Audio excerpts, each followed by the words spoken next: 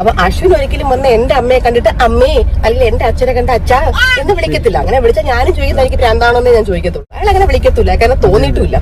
അയാൾ എന്റെ അച്ഛനെ വിളിക്കുന്ന അങ്കിളെന്നും അമ്മയെ വിളിക്കുന്ന ആന്റിന്നും ആണ്. എല്ലാവർക്കും അവരവരുടെ അമ്മ അച്ഛനൊക്കെ ഉണ്ടല്ലോ, അവരെയൊക്കെ വിളിച്ചാൽ മതി. ഇനി ഇല്ലാന്നുണ്ടെങ്കിൽ ബാക്കിയുള്ളവരെ പോയി വിളിച്ചോളൂ.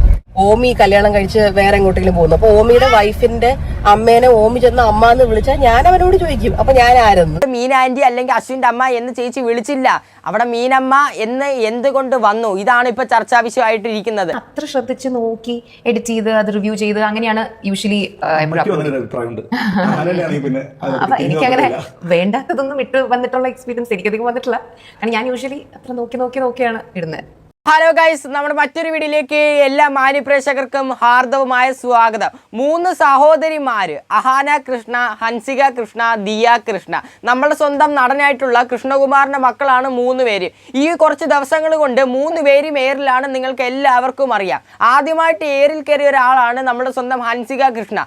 പുള്ളിക്കാരി എയറിൽ കയറി കുറെ നാളാണെങ്കിൽ ഈ സോഷ്യൽ മീഡിയയിലും മറ്റും പുള്ളിക്കാരി മാത്രമായിരുന്നു ചർച്ചാ വിഷയം. നല്ല രീതിക്ക് തന്നെ എയറിൽ കയറി പോയിട്ടുണ്ട് എന്ന് മാത്രമേ നമുക്ക് പറയാൻ ഒക്കത്തുള്ളൂ. അതുകൊണ്ട് തന്നെ ആ ഏരി കയറിയോണ്ടാണോ എന്തോ ദിയ കൃഷ്ണ എന്ന് പറഞ്ഞ ഈ പുള്ളിക്കാരിയാണെങ്കിൽ ഈ 2 ദിവസം മുമ്പ് മദേഴ്സ് ഡേയുടെ എന്നൊരു വ്ലോഗ് ഇട്ടിട്ടുണ്ടായിരുന്നു. നമ്മൾ ഓൾറെഡി ഒരു വീഡിയോ ചെയ്തിട്ടുമുണ്ട്. ആ മദേഴ്സ് ഡേയിൽ ആ മദേഴ്സ് ഡേ ആയിട്ട് തന്നെ മദറിനെ കുറിച്ച് തന്നെ കുറ്റം പറഞ്ഞു കഴിഞ്ഞാൽ ഭയങ്കര മോശമായിട്ടുള്ളൊരു കാര്യമാണ്. സ്വന്തം അമ്മ അല്ലെങ്കിൽ പോലും ഭർത്താവിൻ്റെ അമ്മയെ സ്വന്തം അമ്മയായിട്ട് കാണുന്ന കുറേ ആൾക്കാരുണ്ട് നമ്മളുടെ ഈ കേരളത്തിൽ. അവരുടെയൊക്കെ മുമ്പിലൂടെ വന്ന് കണ്ടവരെയും വഴി പോകുന്നവരെയും ഒന്നും എനിക്ക് അമ്മയെന്ന് വിളിക്കാൻ ഒക്കത്തില്ല എന്ന് പറഞ്ഞ് പൊട്ടിത്തെറിച്ചുകൊണ്ട് വന്ന ഈ ദിയ കൃഷ്ണയെ നമുക്ക് ആർക്കും അംഗീകരിക്കാൻ പറ്റത്തില്ല. അതുകൊണ്ട് തന്നെ ചേച്ചി നേരെ എയറിൽ പോയിട്ട് സ്വന്തം കുഞ്ഞനിയത്തെ നേരെ താഴെ ഇറക്കിയിട്ടുണ്ട്. എന്തൊക്കെയാണെന്ന് നോക്കിക്കോണേ, മാറി തിരിഞ്ഞ് ഷിഫ്റ്റ് ചെയ്താൽ എല്ലാവരും കൂടെ എയറിൽ കയറിക്കൊണ്ട് പൊയ്ക്കൊണ്ടിരിക്കുന്നത്. ഇപ്പോൾ ദാണ്ടെ വീണ്ടും നമ്മുടെ ഹൻസിക കൃഷ്ണയെ അതേപോലെ തന്നെ കൂടുതലായിട്ട് അഹാന കൃഷ്ണയെ 3 പേരും ഒരേ സമയത്ത് തന്നെ എയറിൽ പോയിരിക്കുകയാണ്. അതായത് പുതിയൊരു ഇന്റർവ്യൂ സംഭവങ്ങളൊക്കെ വന്നിട്ടുണ്ടായിരുന്നു നമ്മുടെ അഹാന കൃഷ്ണ ഹൻസിക കൃഷ്ണയും കൂടെ. അതായത് ഇവരാണെങ്കിൽ പുതിയൊരു ആൽബം സംഭവങ്ങളൊക്കെ ഇറക്കിയിട്ടുണ്ടായിരുന്നു, പൂക്കൾ എന്നും പറഞ്ഞിട്ടുള്ള. അതിനെ തുടർന്നിട്ട് പ്രൊമോഷൻ എന്ന രീതിയിലായിരിക്കണം ഇവരിപ്പോൾ ഇന്റർവ്യൂ സംഭവങ്ങളൊക്കെ എടുത്തിട്ടുള്ളത്. അതിലോട്ടൊക്കെ നമുക്ക് വരണം. അതിനു മുമ്പ് ദിയ കൃഷ്ണയുടെ കുറേ കാര്യങ്ങളും കൂടെ എക്സ്പോസ് ഒക്കെ സംഭവങ്ങളൊക്കെ ആയിട്ടുണ്ട്. അതായത് നേരത്തെ കുറേ വീഡിയോസ് സംഭവങ്ങളൊക്കെ ചേച്ചി ഇട്ടിട്ടുണ്ട്. നേരത്തെ എന്ന് പറഞ്ഞു കഴിഞ്ഞാൽ ഇഷ്ടംപോലെ വീഡിയോ യൂട്യൂബ് ചാനലിൽ ഇട്ടിട്ടുണ്ട്. അത്യാവശ്യം മില്യൺസ് ഓഫ് വ്യൂസ് ഒക്കെ ഉള്ള കുറേ ഉണ്ട്. അതിനകത്തൊക്കെ കുറേ വ്ലോഗുകൾ സംഭവങ്ങളിലൊക്കെ മീനമ്മ എന്ന് പറഞ്ഞിട്ടുള്ള പേര് വന്നിട്ടുണ്ട്. ഇപ്പോൾ ഞാൻ സൈഡിൽ കാണിക്കുന്ന ഒരു സ്ക്രീൻഷോട്ട് ആണെങ്കിൽ പോലും ആ വീഡിയോയുടെ ഒരു തമ്പനയിൽ മില്യൺസ് ഓഫ് വ്യൂസ് കിട്ടിയിട്ടുള്ളൊരു വീഡിയോ ആണ്. അതിനകത്താണെങ്കിൽ തമ്പനയിൽ ചേച്ചി കൊടുത്തിട്ടുള്ളത് മീനമ്മ എന്നാണ്. അതായത് അതിനകത്ത് ഒരു അമ്മ വരുന്നുണ്ട്. അവിടെ എന്തുകൊണ്ട് മീന ആൻറ്റി അല്ലെങ്കിൽ അശ്വിൻ്റെ അമ്മ എന്ന് ചേച്ചി വിളിച്ചില്ല, അവിടെ മീനമ്മ എന്ന് എന്തുകൊണ്ട് വന്നു? ഇതാണ് ഇപ്പോൾ ചർച്ചാ വിഷയമായിട്ടിരിക്കുന്നത്. ഇത് ആർക്കും മനസ്സിലാവാത്തൊരു കാര്യമാണ്. അതായത് കുറേ ആൾക്കാർ പറയുന്ന ഒരു കാര്യം എന്ന് പറയുമ്പോൾ പണ്ട് മീനമ്മ എന്ന് വിളിച്ചുകൊണ്ടിരുന്ന ഈ ഒരു ദിയ കൃഷ്ണ ഇപ്പോൾ വന്നപ്പോൾ വഴിപോക്കർ എന്ന് വിളിക്കുന്നതിൻ്റെ കാരണം അവിടെ കുടുംബകലഹമാണ് എന്നൊക്കെ ആൾക്കാർ വിധിയും എഴുതി. എന്തുവാന്ന് നോക്കിക്കൊണ്ട് സത്യം പറഞ്ഞാൽ അതിന് ക്ലാരിറ്റി കൊടുത്തായിരുന്നെങ്കിൽ നല്ലതായിരിക്കും. അല്ലെങ്കിൽ അതെങ്കിൽ വിട്ട് കളഞ്ഞേക്കണമായിരുന്നു. ഇതിപ്പോൾ കമൻറ്റും എടുത്ത് വെച്ച് ഇങ്ങനെയൊക്കെ പറഞ്ഞു ഭയങ്കര പോട്ടെ. ആൻറ്റി എന്ന് വിളിക്കുന്നതൊക്കെ ഓക്കെയാണ്, വലിയ തെറ്റുള്ള നാമമൊന്നും അല്ല ആൻറ്റി എന്ന് പറഞ്ഞാൽ. ആൻറ്റി എന്നൊക്കെ വിളിക്കുന്നവരും ഉണ്ട്. അതൊരു പേഴ്സണൽ ചോയ്സാണ്. അമ്മയെന്ന് വിളിക്കണോ ആൻറ്റി എന്ന് വിളിക്കണോ? ആൻറ്റി എന്ന് വിളിക്കുന്നത് ഓക്കെയാണ്. പക്ഷെ വഴിപോക്കർ എന്ന് സ്വന്തം അമ്മായിയമ്മയെ വിളിച്ചതാണ് ഇവിടെ തെറ്റായിട്ട് വന്നിട്ടുള്ളത്. എന്തായാലും ഇതിനകത്ത് ഞാനൊരു ക്ലിപ്പ് കാണിച്ചു തരാം. ഇതിനകത്ത് ഈ ചേച്ചി വിളിക്കുന്ന ഒരു പേരുണ്ട്, കേട്ട് നോക്കിക്കേ. വളരെ ഒരു സ്പെഷ്യൽ ആയിട്ടുള്ള ഒരു ഡേ ആണ് ഇന്ന്. നമ്മുടെ എല്ലാവരുടെയും മീനമ്മയുടെ ബർത്ത്ഡേ ആണ്. കേക്കലേ ശബ്ദമാ. വളരെ ഒരു സ്പെഷ്യൽ ആയിട്ടുള്ള ഡേ ആണ് ഇന്ന്. നമ്മുടെ എല്ലാവരുടെയും മീനമ്മയുടെ ബർത്ത്ഡേ ആണ്. അതെ, മീനമ്മ. അവിടെ ഒരു അമ്മ വന്നിട്ടുണ്ടല്ലോ. അപ്പോൾ എൻ്റെ സ്വന്തം അമ്മ അല്ലാതെ മറ്റേ ആരെയും ഞാൻ അമ്മയെന്ന് വിളിക്കത്തില്ല എന്ന് പറഞ്ഞിട്ടുള്ള ദിയ ചേച്ചി ആണെങ്കിൽ അവിടെ മീനമ്മ എന്ന് വിളിക്കുന്നുണ്ട്. ഇതൊക്കെ കൂട്ടിക്കൊഴിച്ച ആൾക്കാർ പല ഗോസിപ്പുകളാണ് ഇപ്പോൾ അടിച്ചിറക്കിക്കൊണ്ടിരിക്കുന്നത്. സത്യം പറഞ്ഞു കഴിഞ്ഞാൽ ഇപ്പോൾ ഏറ്റവും കൂടുതൽ ആൾക്കാരും കുറ്റം പറയുന്നത് നമ്മുടെ അശ്വിൻ എന്ന് പറഞ്ഞിട്ടുള്ള ഒരു ചേട്ടനെ. ആ ചേട്ടൻ പറഞ്ഞ് തിരുത്താത്തത് എന്തുകൊണ്ടാണ് എന്നാണ് ചോദിക്കുന്നത്. ഒരു വ്ലോഗ് എന്ന രീതിയിലാണ് പുള്ളിക്കാരി ഈ ഒരു വീഡിയോ അപ്ലോഡ് ചെയ്തിട്ടുള്ളത്. വ്ലോഗ് എന്ന രീതി അപ്ലോഡ് ചെയ്താൽ പോലും അതിനകത്ത് 100%-ൽ 80% വിവരക്കേട് മാത്രമാണ് ചേച്ചി അതിൽ കൂടെ വിളമ്പുന്നത്. അതുകൊണ്ട് തന്നെയാണ് നെഗറ്റീവ് വന്നിട്ടുള്ളത്. ഈ ഒരു സംഭവം ഇതിനോടകം തന്നെ ഈ ഇൻസ്റ്റാഗ്രാമിലും യൂട്യൂബിലും ആക്റ്റീവായിട്ടുള്ള എല്ലാവരും അറിഞ്ഞു കാണുമായിരിക്കും. കാരണം അത്രത്തോളം വിവാദം സൃഷ്ടിച്ചു കഴിഞ്ഞു ഇതിനോടകം തന്നെ. ഹൻസിക കൃഷ്ണയുടെ ഒരു വിഷയം വന്നപ്പോൾ പോലും കുറേ ആൾക്കാർ ഏറിൽ കയറ്റി വിട്ടിരുന്നു. ഇപ്പോൾ ആ ചേച്ചി താഴോട്ടിറങ്ങിയ ഉടനെ സ്വന്തം ചേച്ചിയായിട്ടുള്ള ദിയ കൃഷ്ണ തന്നെ ഏറി പോയിരിക്കുകയാണ്. സ്വന്തം ചേച്ചിയായിട്ടുള്ള ദിയ കൃഷ്ണ ഏറി പോയിട്ട് അവിടെ തന്നെ നിൽക്കുന്ന സമയത്താണ് നമ്മൾ അഹാന കൃഷ്ണയും ഹൻസിക കൃഷ്ണയും കൂടെ ഒരുമിച്ച് ഏറി പോയിരിക്കുന്നത്. എന്തായാലും ഇനി നമുക്ക് ഈ ദിയ ചേച്ചി പറഞ്ഞിട്ടുള്ള ആ ഒരു അമ്മയെക്കുറിച്ചുള്ള ഒരു സ്റ്റേറ്റ്മെന്റ് ആ ഒരു വീഡിയോ കൂടെ പ്ലേ ചെയ്തതിന് ശേഷം നേരെ അഹാന കൃഷ്ണയിലും ഹൻസിക കൃഷ്ണയിലോട്ടും കൂടെ പോവാം. നോക്കിക്കോ. പിന്നെ കുറെ പേര് അഫ്കോഴ്സ് ഞാൻ സ്ഥിരം അശ്വിന്റെ ഫാമിലിയുള്ള വ്ളോഗ് എടുക്കുമ്പോൾ അതിന്റെ അടിയിൽ വന്ന് ചോദിക്കുന്ന ഒരു ചോദ്യം, എന്താ അശ്വിന്റെ അമ്മ എന്ന് പറയുന്നത്, അമ്മ എന്ന് വിളിച്ചുകൂടെ എന്നുള്ളത്. നിങ്ങൾ എല്ലാവരും മനസ്സിലാക്കാൻ കാര്യം, നിങ്ങൾ എത്രത്തോളം പേരാണ് നിങ്ങളുടെ ഹസ്ബൻഡിന്റെ അമ്മേനെ അമ്മ എന്ന് വിളിക്കുന്നതോ മമ്മി എന്ന് വിളിക്കുന്നതോ ആന്റി എന്ന് വിളിക്കുന്നത്, അതൊന്നും എനിക്കറിയില്ല. എല്ലാവർക്കും അവരവരുടെ ഇഷ്ടങ്ങളാണ്. ഞാൻ അശ്വിന്റെ അമ്മ അല്ലെങ്കിൽ ആന്റി എന്ന് വിളിക്കുന്നത് ആന്റിക്ക് ഒരു കുഴപ്പമില്ല. ഷീസ് സോ ഹാപ്പി ദാറ്റ് ഞാൻ അങ്ങനെ വിളിക്കും. എനിക്ക് അമ്മ എന്ന് വിളിക്കാൻ മരുതൻകുഴി വീട്ടിൽ ഒരാൾ ഇരിപ്പുണ്ട്. പുള്ളിക്കാരിയുടെ പേരാണ് സിന്ധു കൃഷ്ണകുമാർ. അപ്പൊ ആ പുള്ളിക്കാരിനെ അല്ലാതെ എനിക്ക് വഴി നിൽക്കുന്ന എല്ലാവരെയും അമ്മയെ അച്ഛനൊന്നും എനിക്ക് വിളിക്കാൻ പറ്റില്ല. അച്ഛൻ കൃഷ്ണകുമാറാണ്, എന്റെ അമ്മ സിന്ധു കൃഷ്ണയാണ്.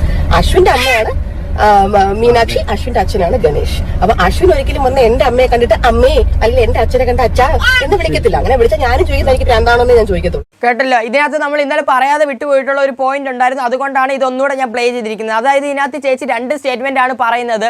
ഒന്ന്, എനിക്ക് സ്വന്തമായിട്ടൊരു അമ്മയും അച്ഛനും ഉള്ളപ്പോൾ എനിക്ക് വഴി കൂടെ പോകുന്നവരെ ഒന്നും അമ്മയെന്നും അച്ഛനും വിളിക്കേണ്ട ഒരു ആവശ്യമില്ലെന്ന്. രണ്ടാമത്തെ ഒരു കാര്യമാണ്, അല്ലാത്തവരാണെങ്കിൽ നിങ്ങൾ ആരെങ്കിലും ഒക്കെ പോയി അച്ഛനും അമ്മയെന്നും വിളിച്ചോളാം. അപ്പോൾ നമ്മൾ നോക്കേണ്ട ഒരു കാര്യം എന്ന് പറയുമ്പോൾ കുറേ ഓർഫനായിട്ടുള്ള കുട്ടികളും മറ്റും ഉണ്ട്. ഇതേമായിട്ടുള്ള ആൾക്കാരൊക്കെ ഈ വീഡിയോസ് കാണുമ്പോൾ അവർക്ക് നല്ല രീതിക്ക് ഹേർട്ട് ആവാനുള്ള സാധ്യതയുണ്ട്. അതായത് അച്ഛനും അമ്മയും ഇല്ലാത്ത കുറേ കുട്ടികളുണ്ട്, അവർക്കൊക്കെ ഹേർട്ട് ആവുന്ന രീതിയിലാണ് ചേച്ചി പറഞ്ഞിട്ടുള്ളത്. രണ്ടാമത്തെ കാര്യം, അതിന് മുമ്പ് പറഞ്ഞിട്ടുള്ള ഒരു കാര്യം എന്ന് പറയുമ്പോൾ കണ്ട വഴി കൂടെ പോകുന്നവരെ എനിക്ക് വിളിക്കേണ്ട ഒരു ആവശ്യവും ഇല്ലെന്ന്, അമ്മയെന്നും അച്ഛന്ന്. അതായത് വഴി കൂടെ പോകുന്നവരാണോ അമ്മായിയമ്മ എനിക്ക് മനസ്സിലാവുന്നില്ല. ഒന്നും ശ്രദ്ധിക്കാതെ നമ്മൾ നോക്കേണ്ട മറ്റൊരു കാര്യമാണ്, ഇവരിപ്പോൾ വഴി കൂടെ പോകുന്നവർ എന്നൊക്കെ സ്വന്തം അമ്മായിയമ്മയെ വിളിച്ച് നമ്മളൊരു വലിയ ആശുപത്രിയിൽ പോയി കഴിഞ്ഞാൽ അത്രയും പഠിപ്പും വിവരമുള്ള ഡോക്ടർമാരായാൽ പോലും പ്രായമായിട്ടുള്ള അമ്മമാരുടെ അടുത്തൊക്കെ ചികിത്സിക്കാൻ വന്നു കഴിഞ്ഞാൽ അവരെ വിളിക്കുന്നത് അമ്മ എങ്ങനെയുണ്ട്, അമ്മയെ കുറവുണ്ടോ എന്ന്. അതും അമ്മയെന്ന് മാത്രമേ വിളിക്കത്തുള്ളൂ. അവിടെ ഒരു കുറവും കുറ്റവും ഒന്നും വിചാരിക്കുന്നില്ല.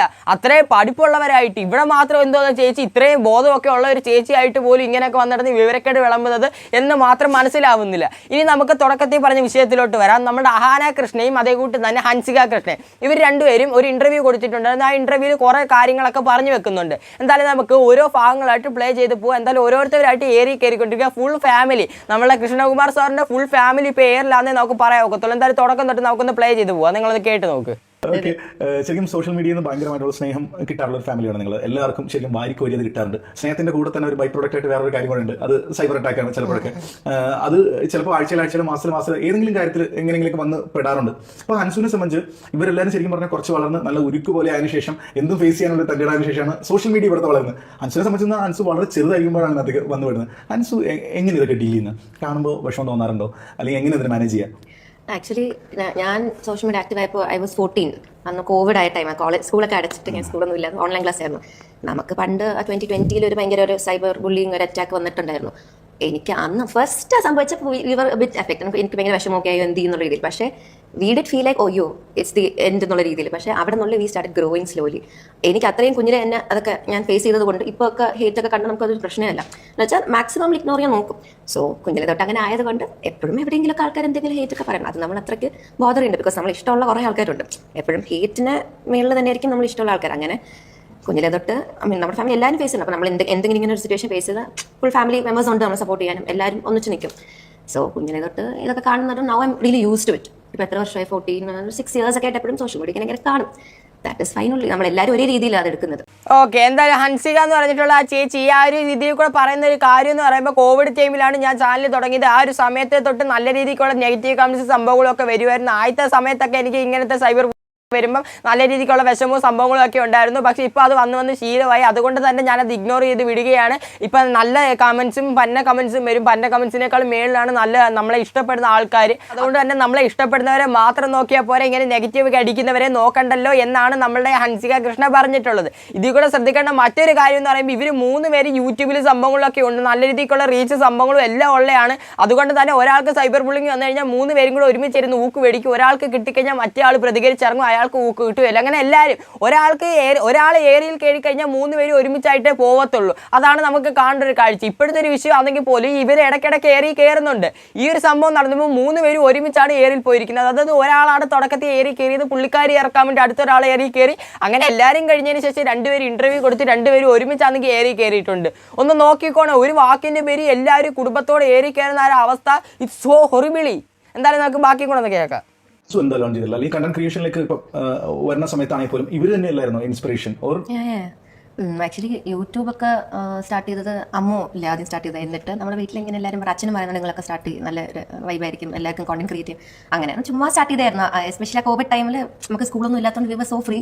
അങ്ങനെ അമ്മൊക്കെ ചെയ്യുന്ന കോണ്ടന്റ് ഒക്കെ കണ്ടിട്ട് നമ്മളിങ്ങനെ വ്ളോഗ് ഒക്കെ ഇട്ട് അമ്മൂന്റെ vlogs are known for the aesthetic and editing അതൊക്കെ പണ്ടൊക്കെ ഞാൻ ഇട്ട വ്ളോഗിനൊന്നും ഒരു എസ്തെറ്റിക് ഒന്നും ഇല്ലായിരുന്നു പിന്നെ സ്ലോലി അമ്മൂന്റെ എഡിറ്റിംഗ് ഇൻസ്പയർ ആയി ഞാൻ കുറച്ച് എഡിറ്റിംഗ് ഒക്കെ ചെയ്യും. നമ്മുടെ ചാനലും ബേസിക്കലി ഇപ്പം ജസ്റ്റ് ലൈക്ക് നമ്മുടെ ഇൻസ്റ്റാഗ്രാം അക്കൗണ്ട് നമ്മൾ കാണുന്ന പോലെ തന്നെയാണ് നമ്മുടെ യൂട്യൂബ് അക്കൗണ്ട് കാണുന്നത്. അല്ലാതെ നമ്മൾ നമ്മുടെ യൂട്യൂബ് ചാനലിനെ ഒരു ലോകം മൊത്തം കാണുന്ന ബ്രോഡ്കാസ്റ്റിംഗ് ചാനൽ അങ്ങനെയല്ല കാണുന്നത്. അതായത് ഇപ്പോൾ എൻ്റെ ഇൻസ്റ്റാഗ്രാമിൽ ഞാൻ എൻ്റെ തോട്ട്സ് ഷെയർ ചെയ്യുന്ന പോലെ എൻ്റെ യൂട്യൂബ് ഹാൻഡിൽ ഞാൻ എൻ്റെ perspective the way like for example Japan through my eyes ഞാൻ ഷെയർ ചെയ്യുന്നു. അതേപോലെ ഹൻസിക്കയുടെ ചാനലിൽ ഹൻസിക്കയുടെ പെർസ്പെക്റ്റീവ് ഇടുന്നു. നമ്മൾ അതിന് ഇത്രയായിട്ടാണ് കാണുന്നത്. എന്താണ് ഓഡിയൻസ് കാണേണ്ടത് എന്നുള്ളത് എങ്ങനെയായിരിക്കും അതിനെ നിങ്ങൾ തരം തിരിക്കുക? ഈ ഒരു ഇപ്പോൾ പബ്ലിക് ആക്കേണ്ടത് അല്ലെങ്കിൽ പ്രൈവറ്റ് ആക്കി വെക്കേണ്ടത് എന്നുണ്ട്. ചിലപ്പോൾ മനസ്സാവാതെ അറിയാത്ത കാര്യങ്ങൾക്ക് പോലും ബ്ലോഗിൽ വന്ന എഡിറ്റഡ് ആയിട്ടുള്ള ബ്ലോഗിൽ വന്ന കാര്യത്തിന് പോലും ചിലപ്പോൾ ആളുകൾ പഠിക്കുന്നതും പലപ്പോഴും കേൾക്കാറുണ്ട്. അതിപ്പോൾ എനിക്ക് പേഴ്സണലി അങ്ങനത്തെ, കാരണം ഞാൻ അത്രയും ശ്രദ്ധിച്ച്, കാരണം ഇപ്പം ഒരു ട്രാവൽ ബ്ലോഗ് ആണെങ്കിൽ I just document all my experiences and then തിരിച്ചൊക്കെ വന്നിട്ട് ഞാൻ അതിന് എഡിറ്റ് ചെയ്യും. അപ്പോൾ എഡിറ്റ് ചെയ്യുമ്പോൾ ആ ഒരു എഡിറ്റ് നറേറ്റീവിന് സൂട്ട് ആവുന്ന പോലത്തെ സാധനങ്ങൾ അതിലിപ്പം വേണ്ടാന്ന് പറഞ്ഞ് കട്ട് ചെയ്ത് കളയുന്നത് ചിലപ്പോൾ എനിക്ക് എന്തെങ്കിലും ലാഗ് തോന്നുന്നതോ അല്ലെങ്കിൽ ആവശ്യമില്ലാന്ന് തോന്നുന്നതോ ആയിട്ടുള്ള ഫുട്ടേജസ് ആയിരിക്കും. അപ്പോൾ എനിക്ക് ഞാൻ യൂഷ്വലി ഇപ്പോൾ ഒരു എൻ്റെ വ്ളോഗ്സിനെ എൻ്റെ ട്രാവൽ വ്ളോഗ്സിനെയൊക്കെ ഞാനൊരു കുഞ്ഞു സിനിമ പോലെയാണ് ഞാൻ അതിനെ കാണുന്നത്. അപ്പോൾ ഞാൻ അത്ര ശ്രദ്ധിച്ച് നോക്കി എഡിറ്റ് ചെയ്ത് അത് റിവ്യൂ ചെയ്ത് അങ്ങനെയാണ് യൂഷ്വലി.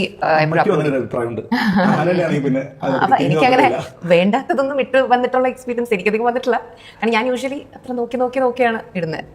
അതെന്തോ അത് അത്രയും പറഞ്ഞിട്ട് അപ്പുറത്തോട്ടൊരു നോട്ട് നമ്മുടെ അഹാന ചേച്ചി സത്യം പറഞ്ഞു കഴിഞ്ഞാൽ യൂട്യൂബിൻ്റെ മറ്റ് പ്ലാറ്റ്ഫോമുകളുടെ കാര്യം പറഞ്ഞു കഴിഞ്ഞാൽ അത്രയും കണ്ണിങ് ആയിട്ട്, അതായത് ഓരോ സെൻറ്റൻസുകളും ശ്രദ്ധിച്ച് കേട്ട് 4-5 പ്രാവശ്യം കേട്ടിട്ട് വീഡിയോ അപ്ലോഡ് ചെയ്യുന്നവരുണ്ട്. അതായത് ഒരു മിസ്റ്റേക്ക് നമ്മുടെ വായിൽ നിന്ന് വീണ് കഴിഞ്ഞാൽ അത് കേൾക്കാൻ വേണ്ടി ആയിരക്കണക്കിന്, ഇവരുടെ ഒരു കാര്യം പറഞ്ഞു കഴിഞ്ഞാൽ ലക്ഷക്കണക്കിന് ആൾക്കാരാണ് ക്യൂ നിൽക്കുന്നത്. അപ്പോൾ അത്രയും പേര് കേൾക്കുമ്പോൾ ഉറപ്പായിട്ട് നെഗറ്റീവ് വരും. അതുകൊണ്ട് തന്നെ ആയിരിക്കണം അഹാന കൃഷ്ണ എന്ന് പറഞ്ഞിട്ടുള്ളൊരു ചേച്ചി ഇത്രയും പ്രാവശ്യം കണ്ട് വീഡിയോ എല്ലാം ഉറപ്പാക്കിയതിന് ശേഷം മാത്രം അപ്ലോഡ് ചെയ്യുന്നത്. ലക്ഷക്കണക്കിന് ആൾക്കാർ കാണുന്നതല്ലേ. ഇതേ കൂട്ടി തന്നെ കണ്ണിങ് ആയിട്ട് വീഡിയോ ഇടുന്ന ഇഷ്ടംപോലെ ആൾക്കാർ നമ്മുടെ നാട്ടിലുണ്ട്, ഇഷ്ടംപോലെ കണ്ടന്റ് ക്രിയേറ്റേഴ്സ് ഉണ്ട്.